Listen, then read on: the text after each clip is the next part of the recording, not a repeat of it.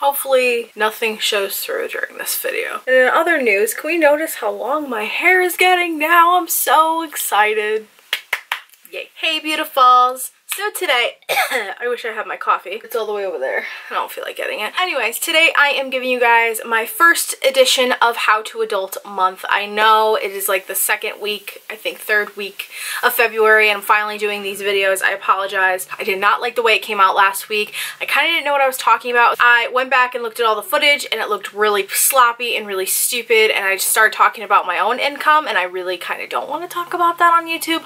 So I decided to scratch that and just not post a video on Friday last week. Well, I decided to do this series, as you guys know, because I really feel like mostly in high school, when you're in high school, you are preparing yourself for college. Yes, yes, yes, that's a known fact. However, they do not prepare you for how you're supposed to be an adult after you graduate high school, which, yes, taking a personal finance class, like, yes, you'll get some insight on that, but I don't think everyone takes personal finance classes in high school. I mean, I sure didn't. I almost actually did take a personal finance class and a photography class my senior year, but since I already filled up my elective periods with child development, I could not do them, which is really unfortunate and really stupid. I personally believe should be mandatory in all high schools all across the United States that you need to learn how to be an adult, because you will feel a lot more prepared, you will understand everything, like you will understand adult things a lot more, and you won't feel so anxious and scared and like, oh my god, like I have to do all these responsibilities and I had no idea about these. Granted, you probably knew from your parents already with like bills and taxes and what all that kind of stuff is, but honestly I really feel like there should be some sort of tool, some sort of guide in high school that every student has to take at least some point, like junior or senior year, to learn how to be an adult. What is insurance? What's financial aid, especially for college? What is a credit card? How do you use a credit card responsibly? You get it. Because I really feel like now, not even all of the debt that we've accumulated over the years, but just in general for your own sanity, I think that this would be very helpful to you guys. So with that all being said, if you guys want to hear the first rendition, how to budget, I wrote everything down. I want to be more prepared for these videos, then just keep watching and let's just get started. Budget. What does the word budget mean? I pulled it up on my phone. Budget is an estimate of an income expenditure for a set of period of time, or a quantity of material typical that which is written or printed, or allow or provide a particular amount of money in a budget. And adjective and expensive. Interesting. Basically, a budget is where you come together with your partner or just you by yourself and you figure out how much money you make during a month. And then that way you can better decide what parts of your money are going to go towards certain bills like rent, electricity, water, gas, you get it. Phone bill, Netflix, all those kind of things. Budgeting is very important. I will say for the record that David and I don't really budget that well. Now that we are getting married, we're obviously doing that a lot more, but for the past few years we've just been kind of like winging it and just hoping for the best, which I don't recommend that you do, but honestly a lot of people do that now, I feel like, and a lot of people have their bills automatically taken out of your account and stuff like that, so people don't really know how to write checks and you don't really have to do that anymore. However, we still write checks, some checks in this bitch. First thing I want to talk to you guys about is how to stay on top of bills, okay? The most important thing in the world, the most important thing when it comes to bills is not only the amount that you're going to be spending each month on a certain bill. Obviously the most important thing is having that bill, finding out how much money that bill is going to be for the month, and most importantly when it's due. If you don't pay your bills consistently every single month, you may end up having a backed balance on your account with whatever company it is for like your heating, electricity, rent, whatever. Rent, don't do that. Do not do that under any circumstances, because I believe, if I'm right on this, I could be wrong, apartments, landlords, for, you know, if you're renting a house, you're renting an apartment, whatever, have the right to kick you out of a certain amount of time if you do not pay your rent, so pay your rent. PSA. And not only that, but you'll end up probably getting shut-off notices if you have like cable, just electricity, water, like you will be absolutely screwed, and that is not a way to live life. And honestly, I have watched a few people around me live their life that way and not pay their bills until they get the shut-off notice, which I personally don't really like, because that makes me feel anxious and I can never imagine personally doing that. But there are people in the world that do that and it works for them. So whatever, if that's the way you pay your bills, and that's the way you do it. But me personally, I highly highly recommend you pay your bills monthly consistently and you watch how much electricity you use and water you use and all that kind of stuff. Don't get obsessive crazy about it, because here in my house there's 5 people. We have my grandparents, my mom, my sister, and me, and then of course we have all of our animals. But we use a lot of electricity and we use a lot of water, so we have really tried within the last few years to cut back because, you know, bills are expensive. I will say Connecticut is one of the most expensive states in the entire country. Highly recommend you do not live here because everything is expensive. And I know that like there's other places like New York and California that are way more expensive, but when it comes to like certain living things, taxes, just in general, Connecticut is one of the highest, most expensive states. Don't recommend you live here, but anyway, unless you really want to. I'm sorry, I'm going to be playing with my hair a lot in this video because it's bothering me and I'm sweating already. So with that all being said, staying on top of your bills. Staying on top of your bills is definitely the most important thing. I like to write things down like I have here in this notebook, which I have all like my wedding stuff, bill stuff, when things are due, how much it's going to be, etc. And I will also put reminders in my phone so I know the day before that, oh, our phone bill is going to come out, or David's insurance is going to come out, or our bill for one of our vendors for our wedding is going to come out. So that way I know ahead of time that a bill is going to come out of either my or David's bank account. That way that we can basically, so that we know and that we just don't check into our bank accounts and see, oh my god, why is so much money gone? And then you look and you see all these bills came out and you had no idea. So that is definitely one of the most important things. Definitely always keep track of when your bills are due, when to pay them by, and especially set alerts for when they're due if you pay everything out of your bank account. If it comes automatically out of your account through your bank or through the company or whatever, so you know. So you're not like, oh my god, I'm negative $30 and now I have a fee and oh my god, I'm screwed. Because I have been there so many times, it's not even funny, and I cannot, oh, I don't like, and just, oh my goodness, I cannot stand my bank. Can I say for the record, like, I love my bank, like, it's great for the most part, but I can't stand my bank because if anything goes negative, even if it's like $1, not even kidding, $1, they will charge you $35 fee. So yeah, if you don't want those fees, then definitely pay attention to your bank account. That is a big tip from me to you, a big advice. Always pay attention to your bank account, always know what's coming out. Keep guard over your credit cards at all times, especially if you do not have the chip, but I guess there's a way now that like thieves are finding ways to go into the chip and take your debit card or credit card information. Like, it's happened to a few people around me, you guys probably already know. I definitely recommend if you're going to be carrying your debit and credit cards, you get one of those protective sleeves. I will have a link down below. Danielle sent it to me a while ago. I ended up buying a bunch of them. I have one in my wallet, I have one for David, my mom, everyone in my life, because you just never know. And obviously that's something else I really want to preach to you guys, is to always keep track of your cards no matter what, and be on top of what you're spending and on top of your bills. And if there's a transaction on there you did not make, then you go and fix that, because that's, identity theft is one of the biggest things that can happen to anyone, and it's really horrifying. So keep track of your stuff. Speaking of bills, we're going to talk about writing a check. I have pulled up a mock check. This is not a real check whatsoever, but I will still have it up here for you guys so you can see what I'm talking about. So many of you guys have probably seen checks before. You've gotten a physical paycheck from a job. You've seen your parents write out checks, you know, before technology took over. So basically you would use a check to pay a bill, to give money to somebody if you don't want to give them cash, etc. So as you guys can see right here, this is what a check looks like. I feel like, so like, this is what a check looks like. So as you guys can see on the left side, on the left top right corner, usually that will be an area where there will be your personal information, your name, your address, city, state, and zip code.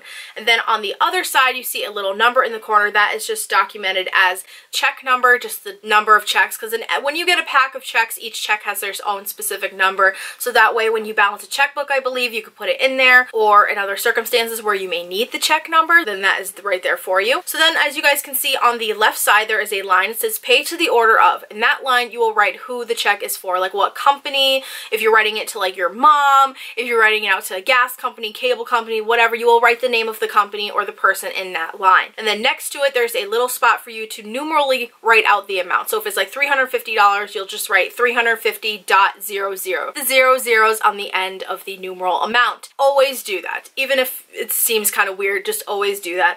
I think that's the proper way to do it, or you could always just make like tiny little zeros, as you guys can see on this check right here. And then as you guys can see, the line underneath it has 00/$100, which a lot of checks don't have that, so you're just like, well, what is this line for? I have no idea.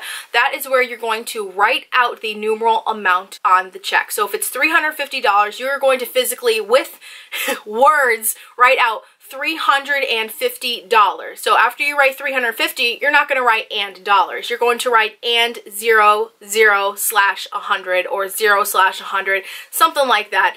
I think it depends on the different dollar sign. I'm not too keen on that. And then as you guys can see underneath on the left side, this one says ABC Bank, San Francisco, California, but it says for. So initially you already wrote like, yes, this is for the cable company, this is for your mom, this is for whoever. But you're going to write specifically what it's for. Like, is it for your cable bill? So if you sign a check out to like Comcast, so if you write out a check for Comcast cable company, yes, it's for Comcast, but like what specifically is that for? Is that to pay off like a service fee? Is it to pay a cable bill? There's no specific thing there unless you include the bill with your check, which some people do and some people don't. So for that, you will put specifically like it's for the cable bill, it's for a service fee, it's for gas bill, like whatever it is, you will specifically put what it is in that little line. And then on the right side is where you would just sign the check with your signature, and that is how you write a check. Now, if someone wants to deposit that check, obviously on the other side, I don't think I have an image of that, there will be a little slot on either the left or the right side of the check where you will sign the check. And now there's a new thing. I don't know if it's for everyone, but there's a little box you have to check that says for mobile deposit only, because if you have a smartphone, then you know many banks have apps, many banks can mobily deposit checks right from your phone, so you don't have to go down to the bank just to do it, which is awesome. But it's also a little bit of a pain in my experience, because I've had some checks that just would not go, and I had to go down to the bank. But you do not have to sign the back of the check at all. But once you write out the front side of the check, then that is all set for the company. But you do not have to sign the back of the check if you are sending it out to like a company or someone. However, if you are giving a check to someone as like a gift, like you're giving them money through a check, you do have to sign the back of it, and they also have to before they deposit it. So I could be a little shaky on that. Again, I'm sure there's videos and other information on the internet of how to write a check and like the proper means to and stuff like that, or you have someone around you that knows. But that is just my brief experience, and that's how I've learned to write a check. I actually learned from David because I had no idea before I graduated high school. I literally had no idea. My mom has tried to teach me and tried to show me like balancing a checkbook, but it just looks so overwhelming to me that I was just like, it's fine, like I'm alright, it's okay. So as you guys know, we have so much technology that we can just like deposit stuff through our phones, and we don't need to balance a checkbook, and we don't need to write out checks. We could just have payments made right from our bank accounts, which is really awesome. But I know there's probably some people out there that just don't know how to write a check, or want to know just in case something happens, or they still write out checks, or they want to learn. So I figured I would include that portion for you guys, because I feel like it's one of those ancient things that's not really talked about anymore. Probably gonna give you guys a little update on my shopping addiction in this video, just like a little brief one, nothing too crazy. I have been doing no spends. Shout out on Instagram, because I saw her doing them quite a while ago, back when I got back from Maine, and I was really inspired, and I really was like, huh, that seems like a good idea to save money and to really start appreciating life and not spending when I'm stressed or when I'm depressed, all that kind of stuff. So I will say I have done them about 3 times now, and for about a little over a month each, which I think is pretty good. But of course I've had to kind of decide like, hey, it's my birthday, I kind of want to spend a little money on myself, or hey, it's Christmas, we got to spend money on people. As you guys know, I shop sales, I shop Black Friday sales, stuff like that. So I ended up spending some money here and there. I did end up breaking my no spend, and you guys already know about that if you watched my live stream from last Saturday. I ended up shopping on a few sites. Like, I ended up shopping Nordstrom Rack, Pink. I had to get another brush head off of eBay. Oh, I bought Lena the Plug stickers. Shout out to Lena, I love her. I did end up spending a little bit more than I would liked, but my whole thing about that is that these are items, number one, that I love, that I'm gonna wear. Number two, I wanted cute clothes when I go on my honeymoon, which sounds kind of weird, I know, I get it, but I don't know, like I really just wanted these things so badly and have been eyeing them for so long. So I was like, you know what, I'm just gonna do it. And the thing is that I cannot let myself feel bad about it, because if I do, then I'm just gonna probably keep going and keep on shopping and stuff like that. Hence with last year, I was trying to get myself to work out. I was so hard on myself, and I was just so unmotivated to get back into shape and stuff like that, because I was just putting so much pressure on myself that, oh my god, I gotta do this, I gotta do it, I gotta do it. And by doing that, it just kind of really demotivates you, and really makes you just want to do it more or not want to do it at all. I am back on a no spend now, and I'm happy again for my 4th time. You know, baby steps. It's all about baby steps when it comes to shopping addiction. So if any of you guys are recovering out there, I totally am with you. Like, not only am I trying to recover from my mental illnesses and trying to become a better, more efficient person, but I'm trying to recover from this freaking shopping addiction. It's just so annoying. Really started to realize that, you know, I really don't need things when I go into a store, and just like, you know, like when am I going to use this?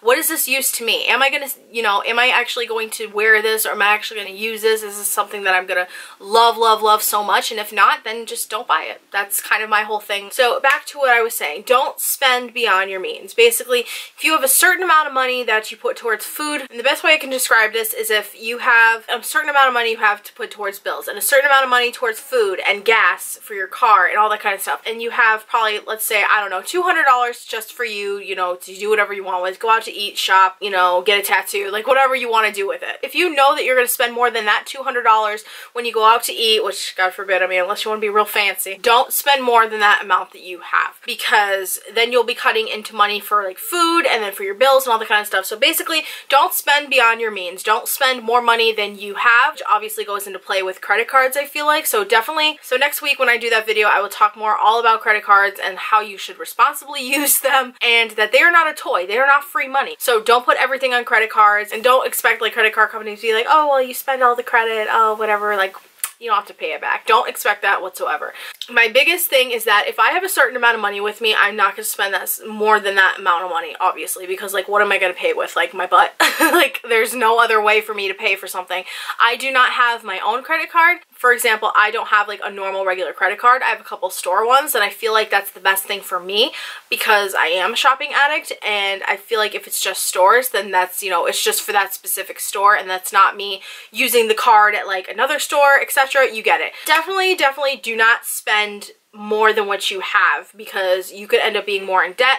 Your bills could suffer from it. Your, you know, if you're buying, again, if you're buying food, if you're spending gas money for your cars, you can go to work every day. It's just not going to be a fun time. So just don't do it. With that being said, if you don't have the money to go out to eat, if you don't have the money to go shopping, don't go shopping. Don't go out to eat. I know it's easier said than done, especially if you really love to go out to eat with your friends or your coworkers or whatever, and like that's your thing. Obviously set some money aside for that, but do not spend the money you have already budgeted for other things, because it's just going to make things a lot more difficult, and it's going to be very stressful. And just take it from me. Take it from a shopping addict to another. Take it from a supposed adult to like some of you guys emerging adults. Like, just don't do it. So with that all being said, the ways that I save money I want to talk about very briefly. I like to save money, whatever money I have, whatever money amount that I get, whether it's by a check, whether it's by cash or whatever, I always take half of that and put it into my checking account and my savings account. I have personally a rule for my savings account that whatever goes in there, I do not touch under any circumstances unless absolutely necessary.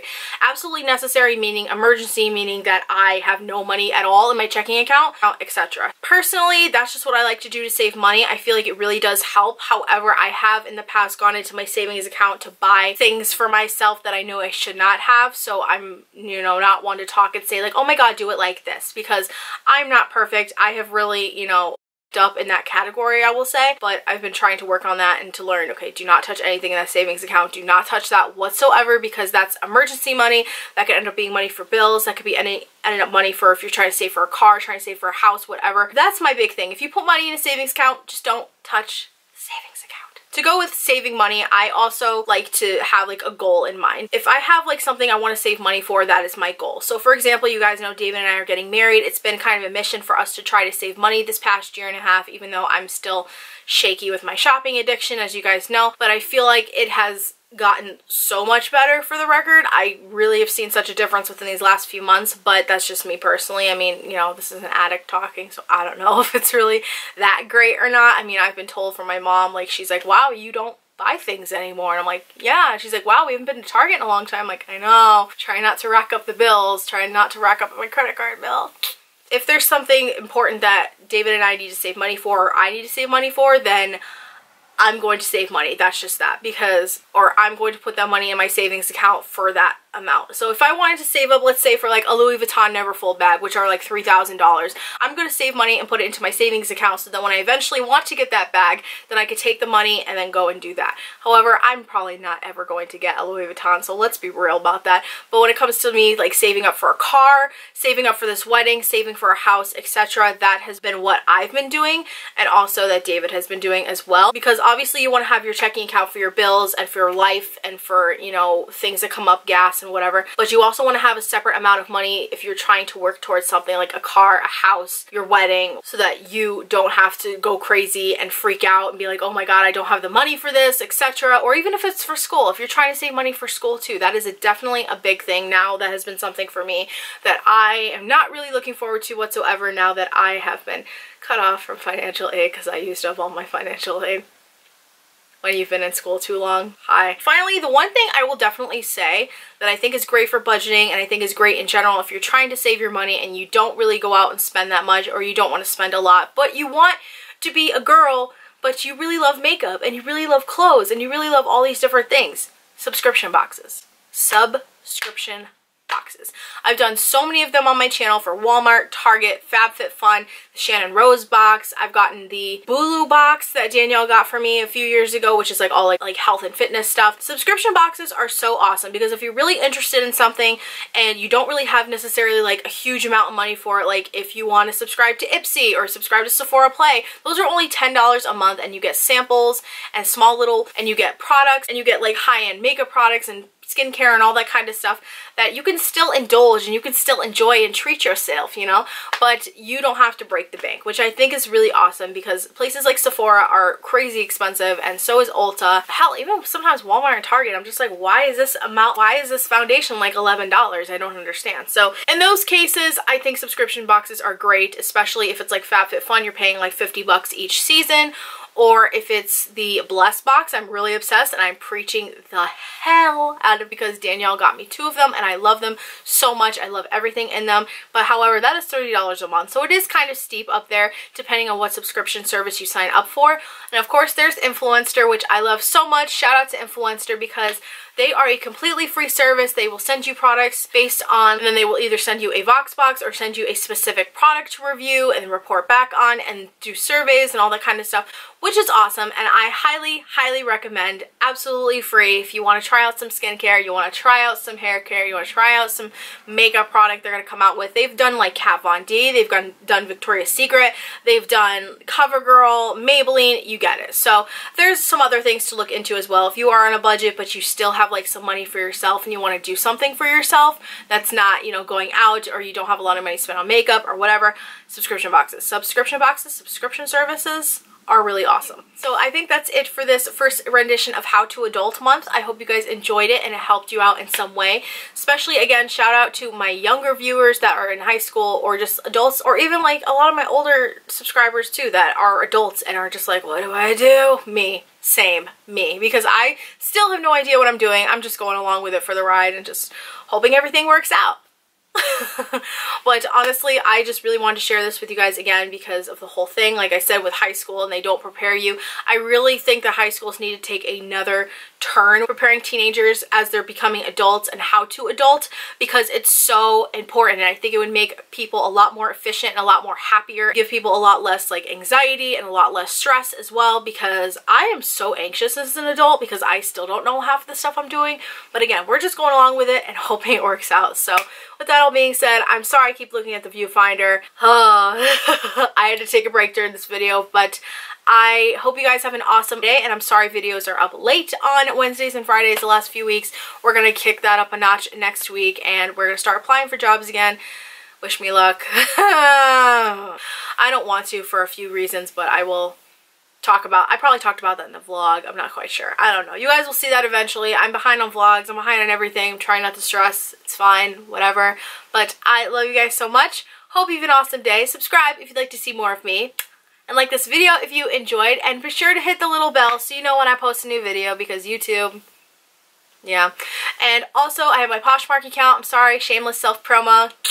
I just have to throw it out there. I have my Poshmark Instagram account as well if you would like to follow that. Everything's down below. Use my code. You get $5 credit on your account that you can use when you buy anything off of Poshmark. So that's really awesome too. But with that being said, I love you guys. Let me know if I forgot anything in this video as well. And I will see you in my next video. Bye. Yay, first one done. The second one is going to be a lot more. Are we ready for that? Maybe not.